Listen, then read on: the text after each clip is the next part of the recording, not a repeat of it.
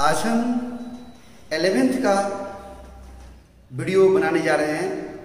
11th वाले बच्चों के लिए बहुत ही खास दिन है आज ये। हम स्केलर एंड वेक्टर नया चैप्टर पढ़ाने जा रहे हैं और यहाँ से ज़्यादा मज़ा आएगा। कल आपने देखा था सिग्निफिकेंट फिगर के हिसाब से, यानी उसको ध्यान में रखते हुए कैसे हम अलजेब्रिक ऑपरेशन यानी जोड़ घटा गुना भाग करते हैं, मैंने समझाया था। आज हम आगे बढ़ रहे हैं और आज से थोड़ा इंपॉर्टेंट, धीरे धीरे आगे बढ़ेंगे तो महत्वपूर्ण चीज बात जाएगा। स्केलर एंड वेक्टर चैप्टर शुरू कर रहे हैं। स्केलर मतलब अदिश होता है और वेक्टर मतलब सदिश होता है। तो सबसे पहले वेक्टर किसे कहते हैं यहां शुरू करते हैं। आप में से कई सारे बच्चे पढ़े होंगे 9th क्लास में, तो बोलते होंगे कि स्केलर उसको कहते हैं जिसमें परिमाण और दिशा हो, यानी मैग्नीट्यूड और डायरेक्शन। मैं आपको बता दूं, मैग्नीट्यूड और डायरेक्शन होने से वेक्टर नहीं होता है। सिर्फ मैग्नीट्यूड और डायरेक्शन होने से वेक्टर हो जाए ऐसा जरूरी नहीं है। समय 2 के बाद 3 बजेगा, 3 के बाद 4 बजेगा, एक निश्चित दिशा में चलता है समय। लेकिन समय स्केलर क्वांटिटी है, उसमें मैग्नीट्यूड भी है, डायरेक्शन भी है, यानी परिमाण भी है। मैग्नीट्यूड मतलब परिमाण, डायरेक्शन मतलब दिशा, फिर भी वो स्केलर है। करंट इलेक्ट्रिसिटी विद्युत धारा, मैग्नीट्यूड भी है, डायरेक्शन भी है, फिर भी वो स्केलर है। बात समझ रहे हैं? इसलिए मैग्नीट्यूड और डायरेक्शन होने से वेक्टर होगा, ये कहना गलत है। इसका मतलब वेक्टर होने का कुछ और शर्त है, कोई और बात है जिसके जरिए कोई चीज वेक्टर होता है। आइए देखते हैं। देखिए, वे सारे फिजिकल क्वांटिटी, भौतिक राशि जो ट्रायंगल या पैरेललोग्राम लॉ यानी ज्योमेट्रिकल लॉ ऑफ एडिशन को फॉलो करे, वो वेक्टर होता है। All those physical quantity which can be added with the help of triangle और parallelogram law called vector. All those physical quantities which can be added with triangle or parallelogram law of addition और देखिए गौर से, which can be add मतलब जोड़ना, जानते होंगे आप लोग। ट्रायंगल मतलब त्रिभुज और पैरेललोग्राम मतलब समानांतर चतुर्भुज, समानांतर चतुर्भुज। तो वे सारे भौतिक राशि जो त्रिभुज या समानांतर चतुर्भुज के नियम से जोड़ा जा सकता हो, वो वेक्टर। हाँ, वेक्टर हो जाएगा, उसके पास मैग्नीट्यूड भी होगा, डायरेक्शन भी। ऐसा समझिए, मैग्नीट्यूड और डायरेक्शन होने से वेक्टर नहीं होगा, त्रिभुज या समानांतर चतुर्भुज के नियम से जुड़ने से वेक्टर होता है। इसको एक उदाहरण देकर समझाते हैं। 2 चक्का है तो साइकिल होगा, गारंटी नहीं है। मोटरसाइकिल हो सकता है, लेकिन साइकिल है तो 2 चक्का होगा ही। वैसे ही वेक्टर है तो मैग्नीट्यूड और डायरेक्शन होगा ही, लेकिन मैग्नीट्यूड और डायरेक्शन है तो वेक्टर होगा जरूरी नहीं। वर्षा हो रही है, छाता लेके जाएंगे, लेकिन छाता लेके जाएंगे तो वर्षा होगी जरूरी नहीं है। बार बार पकड़िए मेरी बातों को। मैग्नीट्यूड और डायरेक्शन है तो वेक्टर होगा जरूरी नहीं है, लेकिन वेक्टर है तो मैग्नीट्यूड और डायरेक्शन होगा। All those physical quantity which can be added in triangle और parallelogram law of addition called vector. Vector has both magnitude as well as direction also. Magnitude Hindi में बोलते हैं परिमाण या मात्रा, और एवल मतलब साथ ही। डायरेक्शन मतलब दिशा।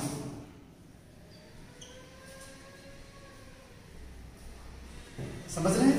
वेक्टर के पास मैग्नीट्यूड और साथ ही दिशा भी होता है, लेकिन ये कह करके आप वेक्टर को परिभाषित नहीं कर सकते। वेक्टर होने के लिए ट्रायंगल या पैराग्राम लॉ से जुड़ना जरूरी है, ये है नेसेसरी कंडीशंस। ओके, कुछ उदाहरण भी लिख देता हूं यहां, लेकिन ये सब रटना नहीं है, ये सब रटना नहीं, याद नहीं करना, अपने बुझने लगेगा, आगे पढ़िएगा तो कौन वेक्टर है कौन नहीं है। खास प्रॉपर्टी होता है, जो उसको फॉलो करेगा वो वेक्टर होगा, जो नहीं करेगा नहीं होगा, इसलिए रटना नहीं है। लेकिन मैं पढ़ा रहा हूं तो एक उदाहरण दे देता हूं। जैसे डिस्प्लेसमेंट यानी विस्थापन, वेलोसिटी वेग, मोमेंटम संवेग, एक्सलरेशन त्वरण, फोर्स बल, टॉर्क बल आघूर्ण, ये सब कुछ उदाहरण हैं हमारे वेक्टर के। इसका उल्टा कोई पूछेगा स्केलर किसे कहते हैं, अदिश क्या है, इसी का उल्टा बोलिए। वे सारे भौतिक राशि जो त्रिभुज या समानांतर चतुर्भुज के नियम से नहीं जुड़ता हो, यानी वह अलजेब्रिक एडिशन, आप जो सामान्य जोड़ जानते हैं 3 + 3 = 6, वो सामान्य जोड़ है। वेक्टर में 3 न्यूटन के फोर्स और 3 न्यूटन के फोर्स को जोड़ेंगे, वह 0 भी हो सकता है और अधिक से अधिक 6 हो सकता है। बात पकड़ रहे हैं? सामान्य जोड़ को फॉलो नहीं करता वो, ट्रायंगल या पैराग्राम लॉ के आधार पर जोड़ना चाहिए। ओके, यानी यहां देखिए, all those physical quantity which can not be added with triangle or parallelogram law of addition called scalar. Reason यहाँ लिखता हूँ, reason that is added algebraically, बीजगणितीय नियम से,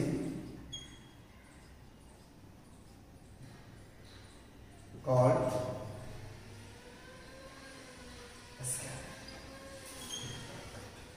स्केलर के पास प्रायः मैग्नीट्यूड ही होता है, कभी कभी डायरेक्शन भी होता है, जैसे current, electricity, time. Generally scalar has only magnitude, but sometimes direction also, लेकिन कभी कभी डायरेक्शन भी होता है। जनरली मतलब सामान्यतः स्केलर के पास, स्केलर है मतलब स्केलर के पास ओनली मैग्नीट्यूड, केवल परिमाण होता है, वैल्यू मैग्नीट्यूड, बट समटाइम्स, लेकिन कभी कभी डायरेक्शन ऑल्सो, डायरेक्शन भी होता है। उदाहरण के रूप में डिस्टेंस, स्पीड,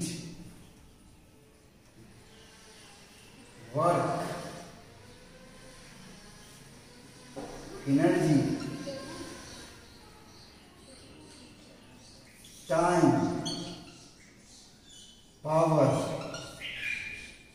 करंट, इलेक्ट्रिसिटी,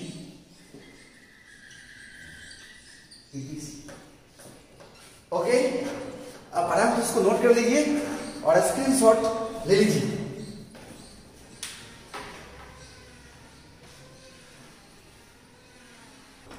तो अभी आपने देखा कि स्केलर किसको कहेंगे और वेक्टर किसको कहेंगे।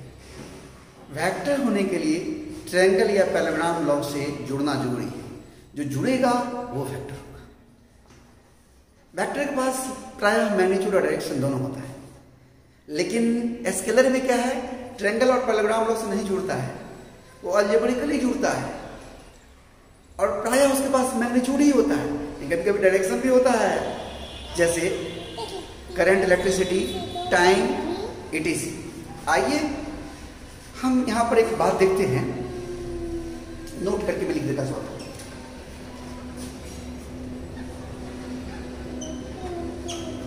Current,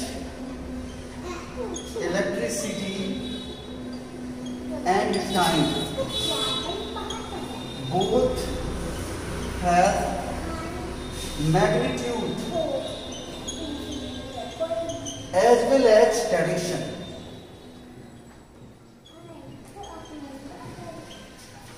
But these two are scalar because these two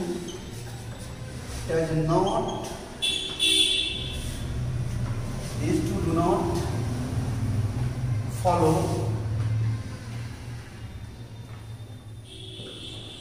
triangle or parallelogram law of addition। ध्यान दीजिए, करंट, इलेक्ट्रिसिटी, विद्युत धारा और समय दोनों के पास बोथ है मैग्नीट्यूड, परिमाण, एज वेल एज डायरेक्शन, साथ ही दिशा भी है। फिर भी येट लगा देता हूं, फिर भी येट मतलब फिर भी, these two are scalar, फिर भी ये दोनों स्केलर है, क्योंकि these two, ये दोनों do not follow ट्रायंगल और पैरेललोग्राम लॉ ऑफ एडिशन। यह त्रिभुज ट्रायंगल या पैरेललोग्राम लॉ को फॉलो नहीं करता है। समझ रहे हैं आप? अब देखिए हम वेक्टर को दिखाते कैसे हैं, रिप्रेजेंटेशन ऑफ वेक्टर।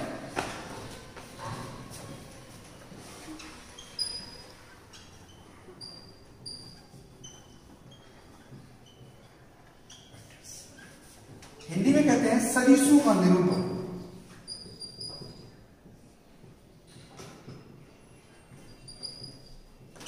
कैसे हम दर्शाते हैं वेक्टर को? हम तीर के द्वारा दर्शाते हैं। वेक्टर को कैसे दर्शाते हैं? तीर के द्वारा। A vector can be represented by an arrow. A vector is represented by an arrow. देखिए ये एक वेक्टर है, ये एक वेक्टर है, ये एक वेक्टर है, ये एक वेक्टर है, ये सब वेक्टर है, ये एक वेक्टर है। तो एरो के पास दो चीज होता है, कितनी अलग अलग लंबाई में, लेंथ और ये तीर का निशान, direction. Arrow has two parts, arrow has two parts. One is its length, एक है इसकी लंबाई, एंड